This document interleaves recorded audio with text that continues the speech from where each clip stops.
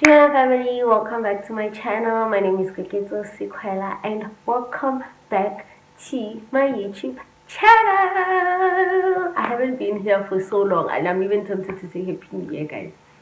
That's how long it has been, but I'm back now and I'm so sorry for being ill. Guys. And we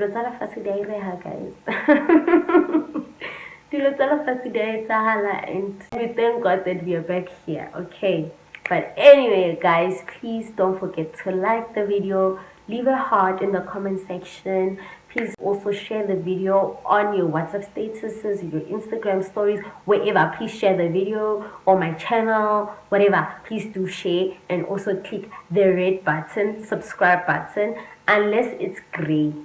If it's still red, please click on it. It's absolutely free, guys. You are not subscribing to anything that you're going to be paying a monthly fee of. No, it's absolutely free. Okay, thank you very much. Now before we get into the video, guys, I just want to say that since you guys, I did a chit chat with you, a sit down, yes, let me just say a sit down with you at the beginning of this channel. Like when we began this channel, we started, yes, that's the right word, when we started this channel. I figured that since I've been gone for some time and I've only been doing vlogs, how about I sit down with you guys and we get to know Koketso a bit more. I don't know. And if you guys like this segment, like the segment where we sit down, we chat, we have a chat, please do comment below that we should do more of them. And if you guys enjoy vlogs alone, it's okay, we can still do vlogs alone. We will be doing vlogs alone, but however, I would really love for us to have chit chats and also have vlogs on my channel, because I'm already planning to bring someone that we're gonna chit chat with. We're gonna have different topics, like we're gonna be talking about anything and everything on this channel. So please, if you like the idea, please don't forget to comment down in the comment section that you're enjoying the segment, and if you're enjoying vlogs alone, then we're gonna stick to vlogs alone. Okay, thank you very much. Now let's get into the video. So guys, as you guys can see by the title of the video, I'm gonna be talking about God and me, right? The challenges that I've been in with God and how my faith was tested. Yeah, so rewind, backtrack to 2015. The year 2015, I'm 17 years of age and I'm doing my grade 11, and this is the most depressing year of my life. Ever since I was born, I've never been this depressed in my life. And I'm saying depressed intentionally. I'm saying depressed intentionally because I know what I'm talking about. So this was the year that my mom was in and out of hospital for the first time ever since I knew my mom. My mom has never been sick. She was never the sick type. She never got sick. The only time we would say she's sick, or she would say she's sick, is when she has flu. You know, voice gone, here and there. That's the only time my mom is sick. But serious sickness, I know it's never been her. Yeah, so I remember she started going in and out of hospital, I think April. I really wish I wrote down my notes, but it was a spur of moment thing, eh? Okay, so I came on here just, you know. But anyway, it was April, I think, when she started being in and out of hospital, and by September now, my grades have went south. My grades were not so good compared to how I've been performing the past years. And now it's a concern in the family and also with my teachers. I remember some of the teachers came to me and they asked, what is wrong? Your grades are what's the term, guys? Your grades are not as good, and we are worried. And I was no longer the person that I used to be. I was no longer a happy child. Like, guys, everything was just not good on my side, you know. I was very worried to a point where I even opted that I would relocate, change schools for me to be closer to my mom, because I was in Joburg doing my grade 11 and I was in school. Ever since grade 1, I've been in Joburg, and I would come home during school holidays. And then I was prepared to do my grade 12 in Limpopo so that I could be closer to my mom and look after her. So like take good care of her, because I wasn't sure what was wrong, and I didn't know what was wrong with her. She was sick, remember. And sharp, well, now it's September school holidays, and I get a call from my sister that I should come home. She has an interview in Woodbank. And I went home. We drove home with her husband. When I got there, my mom was admitted in hospital again on that day that I got home. And she got admitted when we were still on our way home. And I remember we visited the following day, even on Friday, because it was on Wednesday when we traveled home. On Friday, she got discharged. We were okay. Little did I know that her being discharged at that time and me being there that period, there was me saying goodbye to her, you know. And I remember her final words to me when I left and went back to Joburg because schools were reopening. She said, look after yourself. Don't forget to put God first in whatever you do. And it didn't sound like a goodbye to me. It sounded like me saying bye bye, you know, like always, you know. And the plan was immediately when I'm done writing my exams, I'm going back home. And those words, unfortunately, October 2015, I lost my mom on the 23rd of October, and I buried my mom on the 31st of October. And that was the day, on the 31st of October, that was the day I was supposed to go and represent the school somewhere. I can't remember where, but I remember I had a document. My geography teacher, Tando, very supportive, very kind. Yo, I loved that woman. I still do. Just that I lost contact of her, and she changed schools as well. Tando gave me a form that my parents should fill out for me, and I should bring my ID copy or whatever. I can't remember properly, but I needed to represent the school, so they gave me an indemnity form that I should return back from school. And on that day, it was the 23rd, when I was heading home to give it to my brother, but my brother was not around. My brother was not in Joburg, he was in Limpopo, and I opted that I'll give it to my uncle, Tipiso's dad, my elder uncle, and then he will give it to my brother because he was going home on that day and returning on Sunday. In my mind, Kanti, no, he was going home for his sister's burial. I didn't know. Sana, I was happy.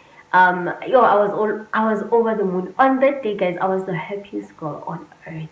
Yes, like compared to how I've been behaving and how I've been, like, my mood. That day I was happy. I was bubbly, like I was myself, you know. And when I got home to the news. They broke the news to me, and honestly, I felt like the world was crashing. My heart tore into pieces. It broke down into pieces, and I was very much in denial. I think I still am. I don't know. I'll explain some other day, but I was very much in denial. It didn't sink in properly on that day. But you know, when something hasn't sunk in yet, but you are thinking about it over and over. So that's when now my faith got tested. I remember we drove home the following day, which was on a Saturday, and on a Friday of the funeral, there was a pastor that was preaching. Right, we had a service go high. There were services throughout the week, and then on Friday late, when my mom came home, there was a service. And I remember the pastor called me. I was in the house. I remember I had to go do something in the house, and then someone called me, Baraban Pizza. The pastor wants to see me. Okay, sharp. I didn't know who that pastor was. And he said something to me that touched me. And he said, you're probably asking yourself, why you? Yeah. And the question we all ask ourselves is, why me? And he said, if not you, then who? And he actually said, I feel like God put you in this situation knowing very well that you are able to carry it. And at that time, I felt like, you know, but the honest truth is, if not me, then who? And I later discovered that God needed to take me out of my comfort zone so that I can be able to move and I can be able to be independent, you know. I thought I was independent until that such a time as that one. And I normally make this example that, you know, as a baby, when a baby develops, when a baby grows, they start by depending on the mother for everything. And then there's a time where the baby starts sitting, there's a time where the baby starts crawling, they start standing up, kadilo, you know, kadi sofa, kadi tafula, and stuff like that. And then there's a time where the baby literally learns to walk, you know, by themselves. And I feel like for the longest time, I was crawling and depending on my mom. And my mom is now at the table. But God literally had to take away the table and be like, you can trust me, you know, if only you can trust me, you can walk by yourself. And I feel like that's what God did, you know, that I need to learn to trust in Him. As much as I knew God and I was saved in 2011, by the way. My family probably didn't know that, but now they know. I was saved 2011, and it was a personal decision that I made by myself. I wasn't pushed to do it. I was only introduced to God by my mom. She taught me who God is, and you know, this whole ministry thing. She taught me, and I made that personal decision that I want to do this life thing with God.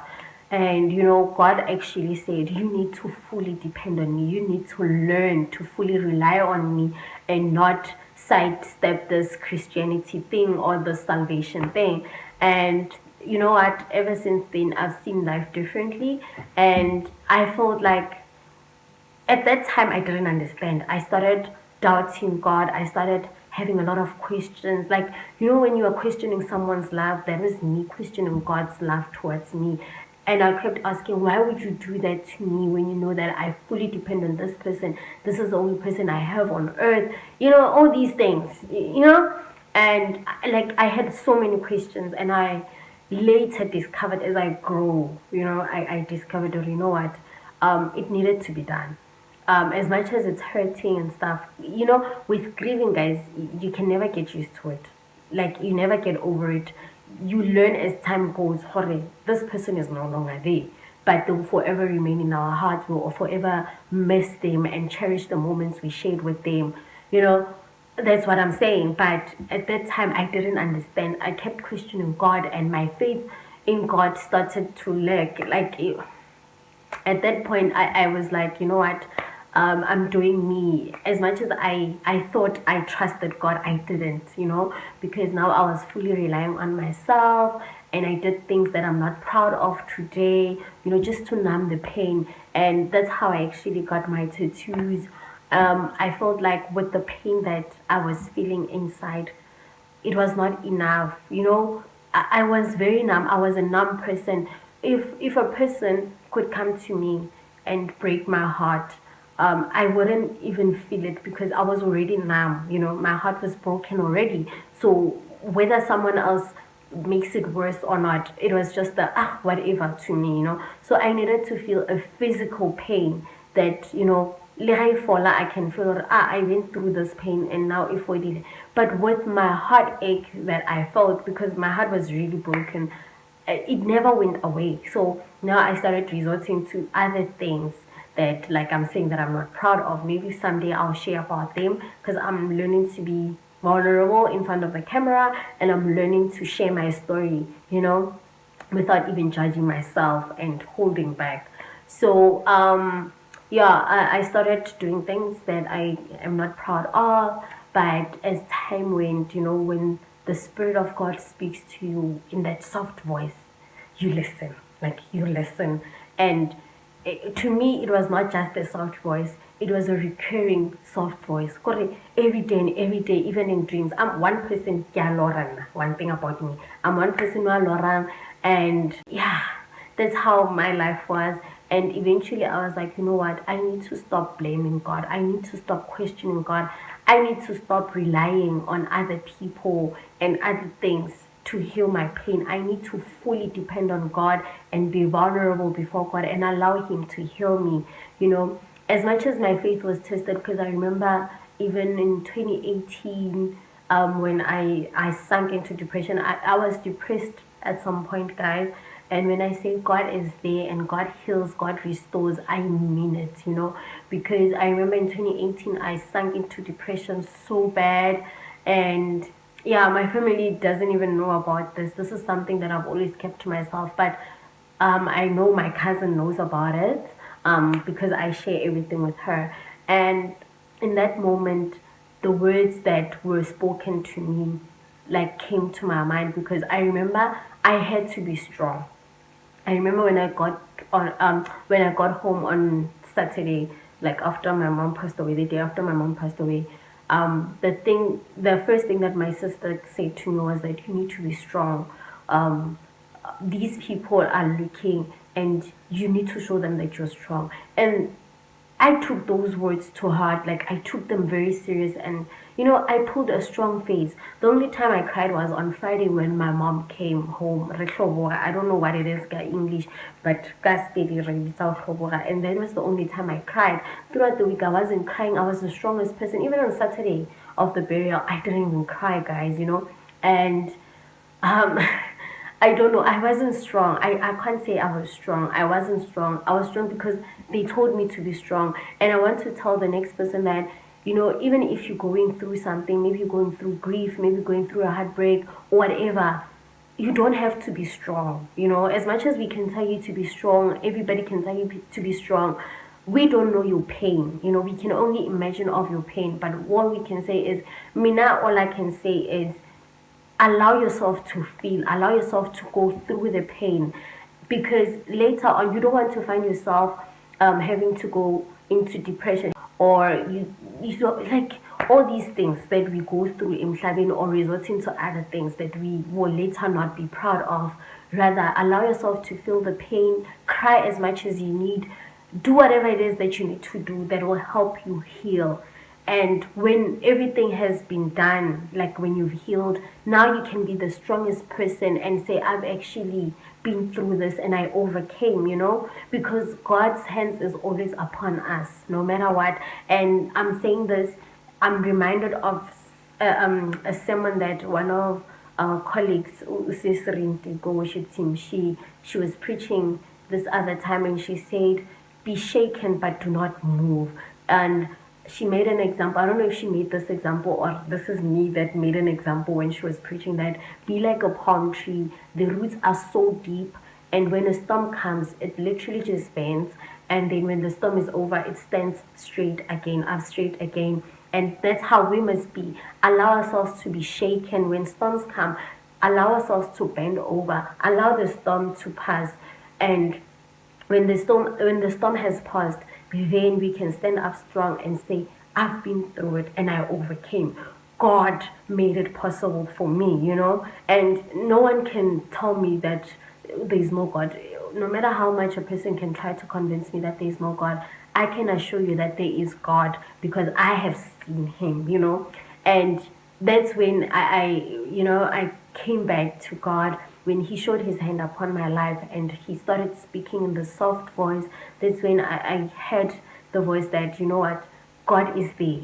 When he started speaking in the soft voice, I realized that, you know what, there is more to life than what I'm doing. There is more grace in God than what I'm doing now, you know. God is the God that heals, is the God that restores. He's the God that will always walk with us, no matter how bad your circumstances are, whatever it is that you're going through. If you rely on God, trust me, God will never put you in something that he can never take you out of. He put you in a situation because he knew that you are capable of going through it. Even the Bible says that he goes before us, you know. He trains our hands for war, because I think it's in Psalms, he says he trains our hands for war and he goes before us. Whatever challenge that is thrown at us, God has already trained us to go through it, and he will definitely oversee it, you know. And he will make it a point that, you know what, even when you've walked through this, even when you felt this, I am still here,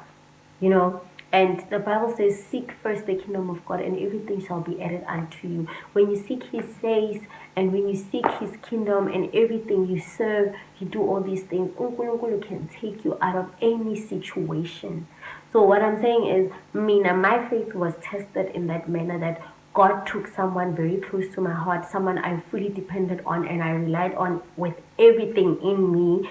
But that was not the end of the world. I'm still here, and I can proudly say that my mom is proud of me wherever she is. The achievements, the milestones that, oh God, my mom is proud wherever she is. I know that for sure, because you know what? This is the person that she prayed for. I am the young woman that she prayed for. And without God, I wouldn't have done it. And trust me when I say I take my mom's words very serious, that I should put God first in everything I do. And till this day, with everything that I do, everything that I come across, I seek God first, and I ask God, God, do you want me to do this? Is this thing for me? If it's not for me, let it pass, you know? And you know what? I'm telling you, if you fully trust in God and seek first His kingdom and put all your needs in Him, trust me, God will show His hand and face upon you. And with that being said, I don't know if you guys would love a part 2 or we should just end it here. However, this is the end of this video. Please don't forget to like, comment, and subscribe. And if you guys want a part 2, comment down below that you want a part 2 of this very video, of this very topic. And then if you don't want a part 2 of it, then it's fine, we can move on with other topics. Siyabonga guys, please do subscribe on my channel, share the video, share the channel with everyone in your life. Okay, thank you very much. Till we meet again in the next video guys. God is love. Bye.